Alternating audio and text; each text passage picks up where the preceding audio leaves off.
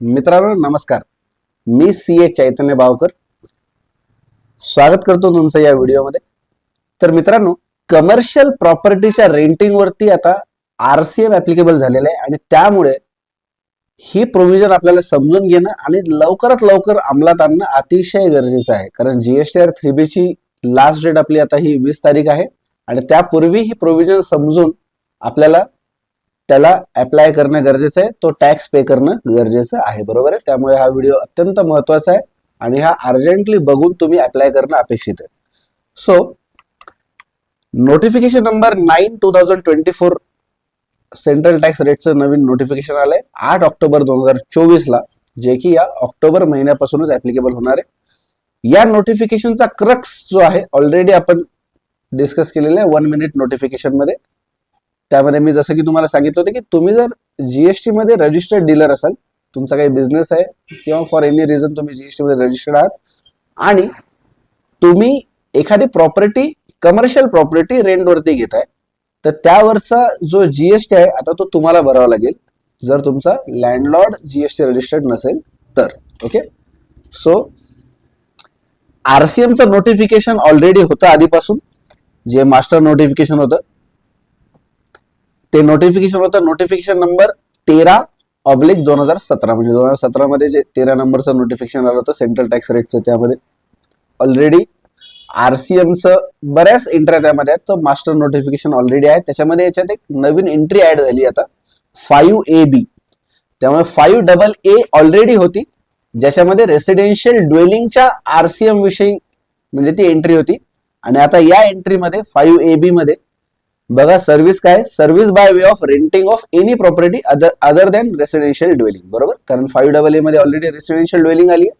So other than residential dwelling is covered under 5AB. तर residential dwelling म्हणजे घर वगैरे, आणि अदर दॅन रेसिडेन्शियल ज्याला आपण नॉर्मली कमर्शियल प्रॉपर्टी म्हणतोय, तर त्यामध्ये सगळं येईल. घर सोडून इतर सगळ्या गोष्टी, म्हणजे दुकान असेल, तुमचं ऑफिस असेल, गोडाऊन किंवा फॅक्टरी किंवा इव्हन पार्किंग स्पेस सुद्धा यामध्ये कव्हर होईल.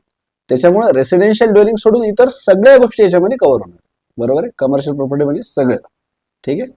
So according to this entry, जर तुमचा लँडलॉर्ड हा अनरजिस्टर्ड डीलर असेल आणि तुम्ही म्हणजे टेनंट जर रजिस्टर्ड डीलर असाल, तर आता तुम्ही जो लँडलॉर्डला जो रेंट पे केला त्याच्यावरचा जीएसटी तुम्ही भरायचा आहे गव्हर्नमेंटला. बरोबर. अंडर रिव्हर्स चार्ज मेकॅनिझम आरसीएमच्या अंडर. सो यामध्ये 4 सिच्युएशन बनतात बेसिकली, जे आपण बघूया. फॉर एक्झाम्पल, टेनंट अनरजिस्टर्ड आहे आणि लँडलॉर्ड सुद्धा अनरजिस्टर्ड आहे, म्हणजे दोघांचाही जीएसटीशी काही संबंध नाही. तर आता स्पेशली या एंट्रीसाठी तुम्हाला कोणालाही रजिस्ट्रेशन घ्यायची गरज नाही.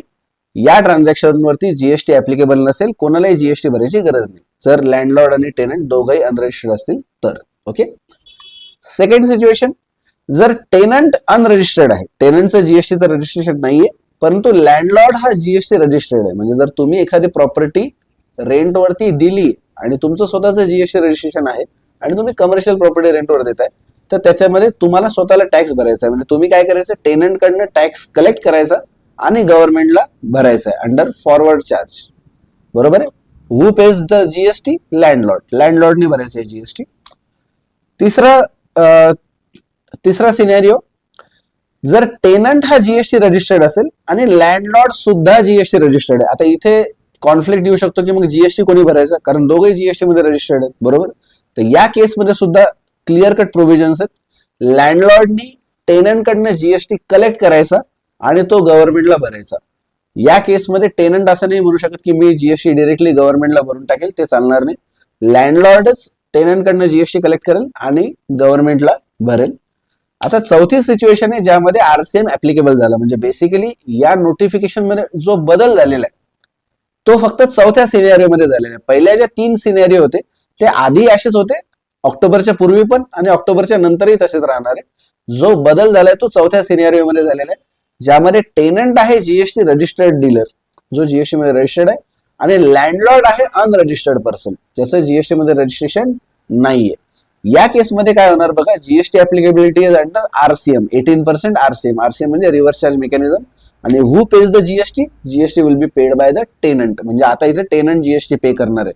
म्हणजे बघा, तुम्ही जर का काही कमर्शियल प्रॉपर्टी रेंटवरती घेतलेली असेल आणि तुमचा लँडलॉर्ड हा जीएसटी रजिस्टर्ड नसेल, त्याचं जीएसटी रजिस्ट्रेशन नाहीये, तर आतापर्यंत तुम्ही काय करत होते, लँडलॉर्डला रेंट पे करत होते आणि विषय संपत होता.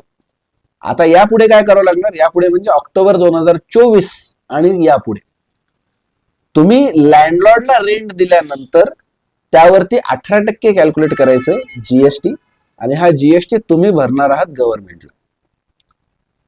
Okay, is it clear? आता प्रश्न आहे फक्त आयटीसीचा.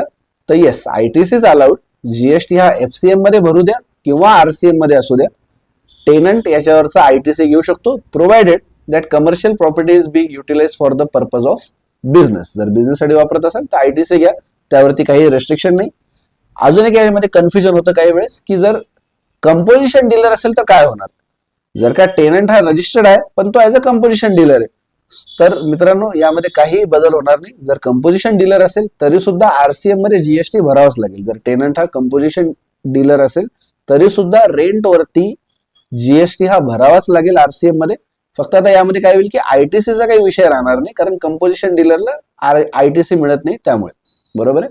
त्यामुळे जर तुम्ही रजिस्टर्ड असाल, रेग्युलर डीलर असू द्या किंवा कंपोजिशन असू द्या, आणि तुमचा लँडलॉर्ड हा जीएसटी मध्ये रजिस्टर्ड नाहीये, तर त्या केसमध्ये यावरचा जीएसटी कोणी भरायचा आहे, टेनंटने भरायचा आहे अंडर रिव्हर्स चार्ज मेकॅनिझम. आणि जर तुम्ही रेग्युलर डीलर असाल तर तुम्ही लगेच त्याचा आयटीसी पण क्लेम करू शकता.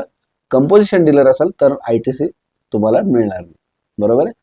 तर मित्रांनो हा व्हिडिओ शेअर करा, अशा लोकांसोबत शेअर करा ज्यांनी प्रॉपर्टी रेंटवरती घेतलेली आहे, जे जीएसटी मध्ये रजिस्टर्ड आहेत, आणि अशाही लोकांसोबत शेअर करा ज्यांनी कमर्शियल प्रॉपर्टीज रेंटवरती दिलेल्या आहेत, कारण दोघांसाठी सुद्धा हे अतिशय महत्वाचं आहे. बरोबर. चल भेटूया पुढच्या व्हिडिओमध्ये. धन्यवाद.